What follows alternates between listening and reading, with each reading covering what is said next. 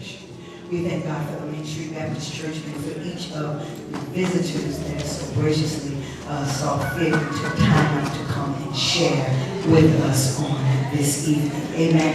Has the Lord been good to us, Main Street Baptist? Oh Lord, that's a good place to go ahead and do it. Hallelujah. Leviticus chapter 10. Leviticus chapter 10.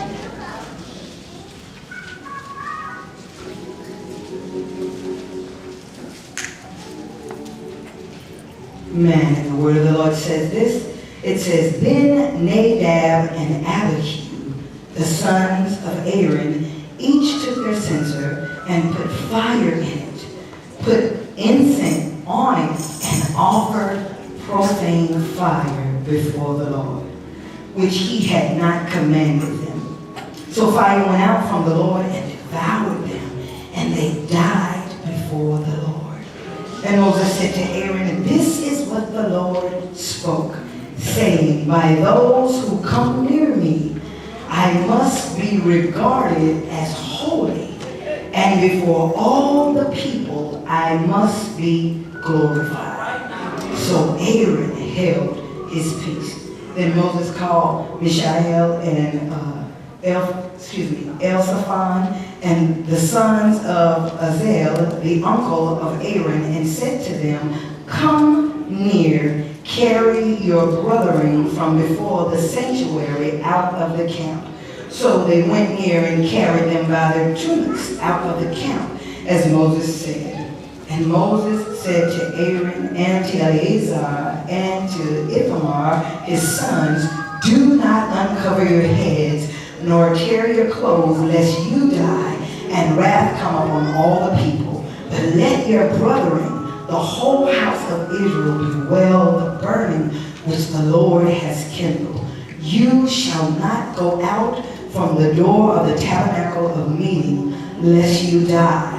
For the anointing of oil of the Lord is upon you. And they did according to the word of Moses. We want to talk tonight about strange fire. You may be seated. Strange fire. Man, it's interesting. I wrestled with this text and even with the sermon. I said, Lord, how is this befitting for a revival? Man, but I thank God that he opened, amen, not just my physical eyes, but my spiritual eyes to understand that strange fire is something that is just not permitted, amen, in his presence. And in layman terms, in our time, it is strange worship. A lot of times we come, amen, into the presence of the Lord with strange worship. Worship is something that is so very important to God. Everything that he created and he designed, he put something in them to make sure that they would worship him. Or you hear the birds without even having choir rehearsal sing their own song unto the Lord. You can see the grass begin to sway as they are lullabied by the wind, amen, that breathes across their very existence, and they bow in the presence of God to worship him for being their creator. You see dogs that are never, ever in a place in their life, whether they're in good health or bad health, trying to be anything else other than a dog. Because that's what they were created to do. Seemingly that even the fish, if they move about in the ocean, amen, and even if you mess around, my grandfather is a great fisherman and that's our family sport, even if you mess around and catch a fish on your hook, you can still see him wag around and flip around, and if you really would just give it a little time, you can see that fish, even though he may be caught, and that's a word for somebody, he's still in a place that he has activity in his body that would cause him to praise the Lord. And I wish I had somebody. I'm not going to be long with you tonight, because I want to talk to the people that really have a reason to worship God. I'm not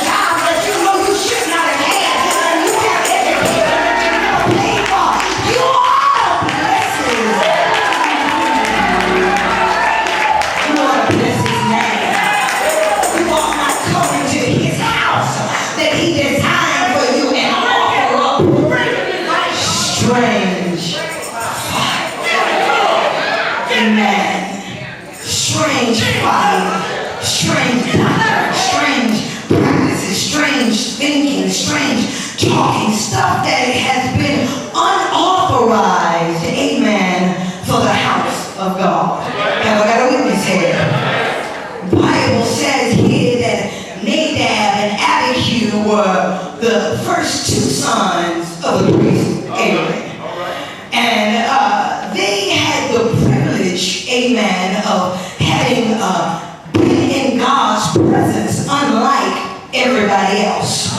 Oh, I need a Bible reader in here, because the Bible says, even though, amen, Nadab and Abihu was born into slavery because they were born during the time that they were in Egypt, the Bible says that when God calls for Moses to come up to the Mount of Sinai, he says, bring Aaron and Abihu and Nadab and 70 of the elders of Israel.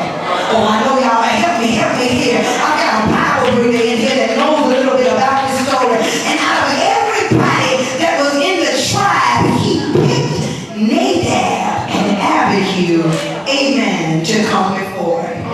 Most people, amen, didn't have the privilege of seeing God or even to be able to stand in his presence, because the Bible says that to be in God's presence, an individual would die. But God permitted Nadab and Abihu to have a privilege that ordinary and most people really didn't have. And I know your name is Nadab and it really isn't Abihu, but there's some privileges that you have simply because you're a child of God that ordinary folks just don't have. And for you to have the audacity not to bless his name for that privilege called God, amen, to have a brother. Bible says, amen, that Nadab, amen, name meant noble. And Abihu's name meant my father is he. They were God's chosen priests. He actually told Moses, amen, and Aaron to make them priests. He told them not to just get ordinary seamstress, but to find skillful seamstress to make their breastplate and their tunics and their ephods, amen, and their turbans and their sashes to go on them, amen, because they had been chosen by God to be his priest in his tabernacle. Touch your neighbor and say, you've been chosen.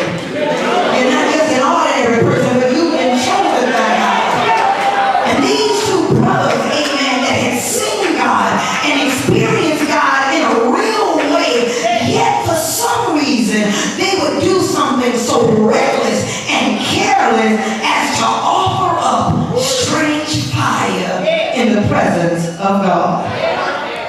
Causes me, amen, and Susan to wonder, amen, what causes strange fire in the church? The place, amen, where God loves to reign. The place where we're able, amen, to bring our burdens to the altar and leave them there. The place where we come to get rejuvenated and refuel, to go back out into a world, amen, to witness to sinners and hope to convert them to saints, to bring them back to the same place, amen, that has been beneficial for us. Why would Nadab and Abihu offer strange fire? Man, the question became to me, because if Nadab and Abihu and you and I are representatives of God, what is it that people see or learn about God from watching our lives? That thing messed me up, because I had to look at the fragments of my very human existence and realize that there have been some times in my life when the Spirit should have been in control, but I messed up and allowed my flesh to take over. And by chance, there may have been a person that was struggling with a situation, and if I had not been careful, I could have damaged them. But then I would come into the sanctuary of God all dressed up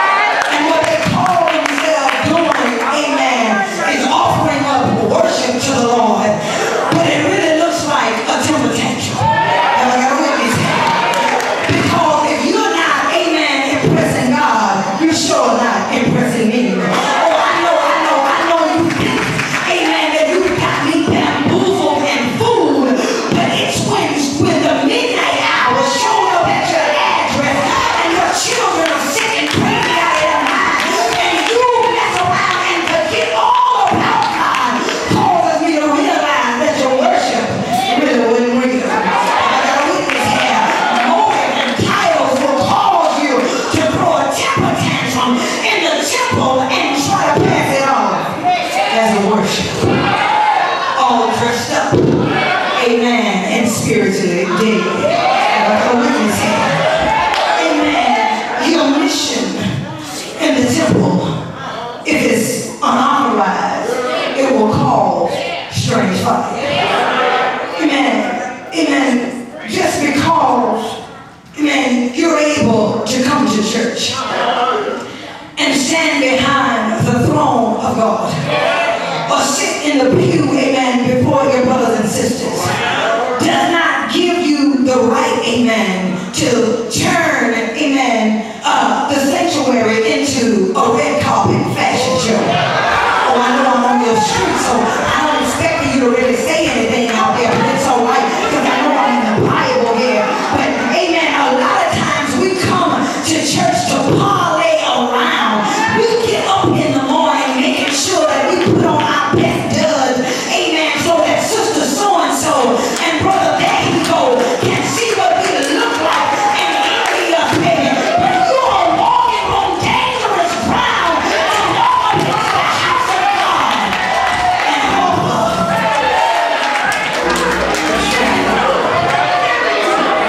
Sure fire. Bible said that, man, the Nadab and Abihu, at the time that their father, Aaron, man, was actually in the temple offering sacrifice, they find it and take it upon themselves to go and get censers and incense and have the audacity to bring it and to present it before the Lord.